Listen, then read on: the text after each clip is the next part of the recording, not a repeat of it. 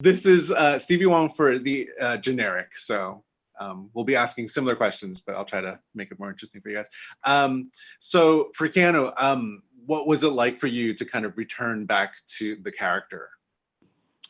Yeah, I mean, I love. I've had a really amazing time making the Bill and Ted films, and to do Face the Music was a really special opportunity. Not one that I thought might happen. It took a lot, over 8 years to get the film made. But it was. I was really excited about the chance to work with Alex again and to reprise the role, especially with something so unique as reprising a role 30 years later. Yeah, that doesn't happen very often, and so it was cool to have that experience.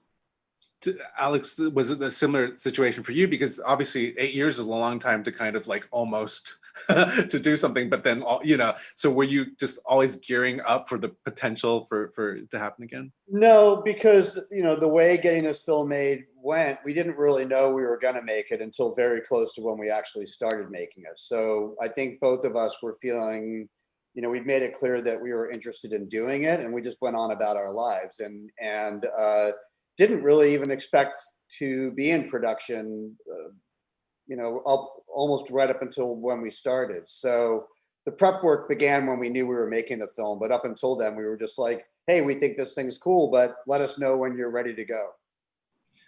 What do you think it is about these characters that are just, they're so likable? Is it, yeah, was it always on the page, or did you guys like add yourselves into it that kind of made it into these charming icons at this point?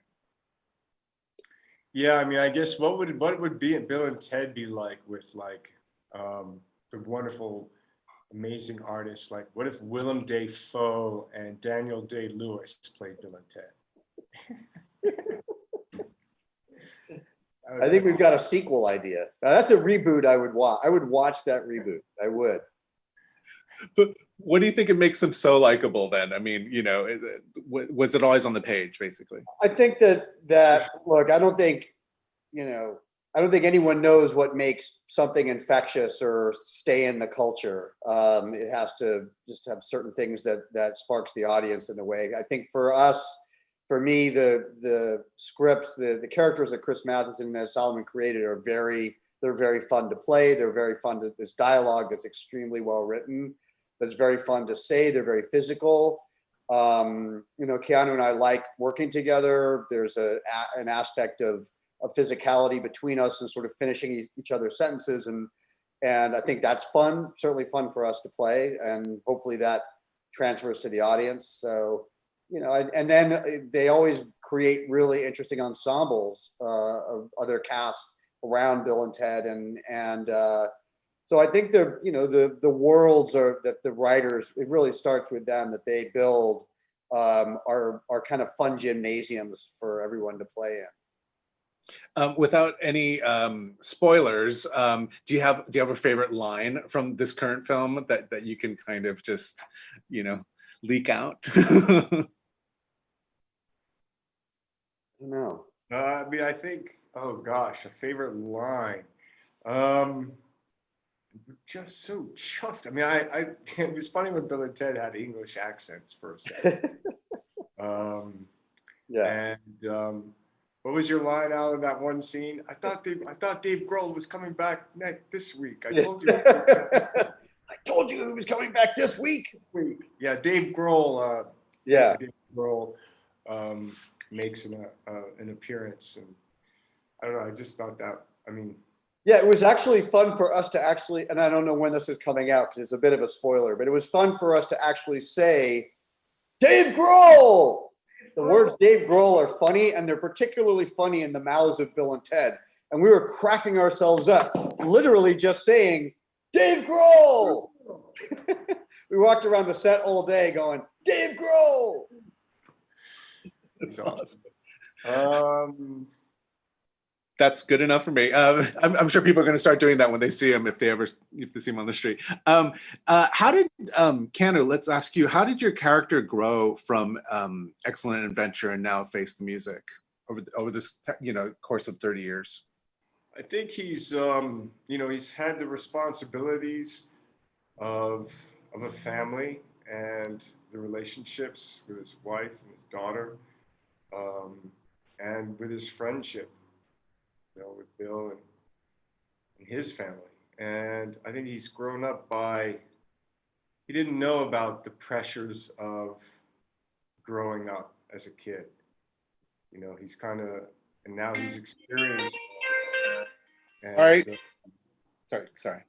and now he's experienced those, and I think it's weighing on him that, you know, there's a part of Ted that feels like he's letting people down, you know, and I think, and it's only because he cares, you know, and so that was one of the developments for the character. Alex, then how did your characters not grow from the first film to this film then? I think that there's a kind of a clinging to the dream that we were going to fulfill this very specific destiny, even though all evidence is pointing to the contrary at the point that you meet us. There's a kind of eternal optimism that Bill and Ted have, and especially Bill has, that is just going to work itself out. It's just going to happen because Rufus told us it would happen, and because we've been invested all this time in fulfilling this destiny. So that's an aspect of the character that's not stunted, but is still kind of caught up in the past in that way. That was really fun to play from a comic standpoint. You know, being stuck on something is a fun thing to play. But I mean, I guess that's one of the favorite lines too, is when Ted, because they go to family therapy, couples therapy, when Ted says to Bill, "But isn't that the problem?" And then Bill says, Yeah, but it's also the solution. that might be my favorite exchange.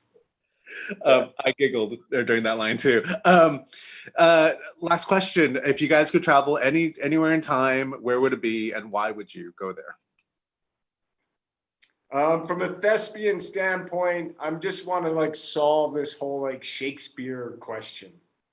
Did Shakespeare write the plays? Was it, you know, Edward de Vere? Like, what's going on here? Who wrote them, for God's sake? And I know that there was a group of people who wrote some of the plays, but the tragedies have a singular perspective and voice. So I'm going to go back in the past, and I'm just going to answer the Shakespeare question. And you, Alex? I just want to see King Lear done back in that era. So like I'm down, like Keanu can like be backstage figuring that out. I just want to be like in the front row having some mead and so a mutton leg and watching some King Lear. Burbage. I mean, how amazing would that be to see those actors? Anyway, yes. That's awesome. Thank you guys. Hope it wasn't too painful. And you guys did everything that we needed. So thank you so much. Great. Welcome. Thank you. Okay. I'm going to need a